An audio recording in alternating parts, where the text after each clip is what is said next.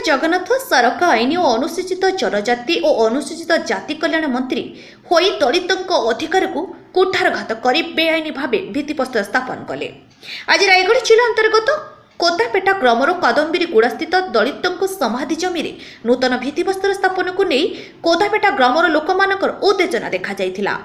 मिलिथिबा सूचना अनुसार आज प्राय 15 वर्ष पूर्व तत्कालीन रायगढ़ विधायक स्वर्गत रामचंद्र उल्लाक लिखित आकार में कोतापेटा ग्राम में बास रेलिंग संप्रदाय लोक थैथान निमंते एही कादम्बिरी गुड़ा स्थित सरकारी जमी को हस्तांतर करथिले।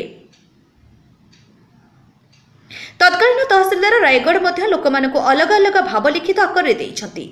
फल कोतापेटा ग्रामर रेली संप्रदायर लोक मैंने मरा मृत्युवरण कले। एही स्थान में समाधि बा कबर दे आसुथिबा प्रकाश करथिले।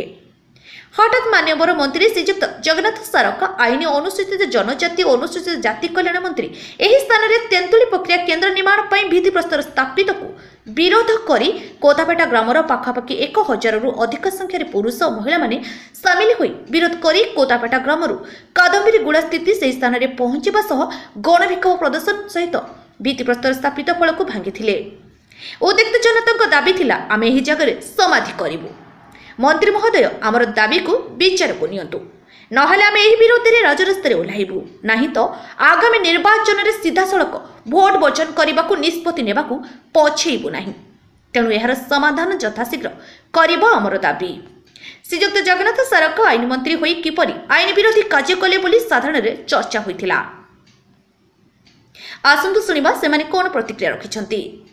रायगढ़ जिला कोतापेटा कादम्बरी गुड़ारू रायगढ़ जिला स्वतंत्र प्रतिनिधि श्री तेली नायकों सहित रायगढ़ ब्लॉक प्रतिनिधि श्री तेली नायकों रिपोर्ट, गूगल न्यूज।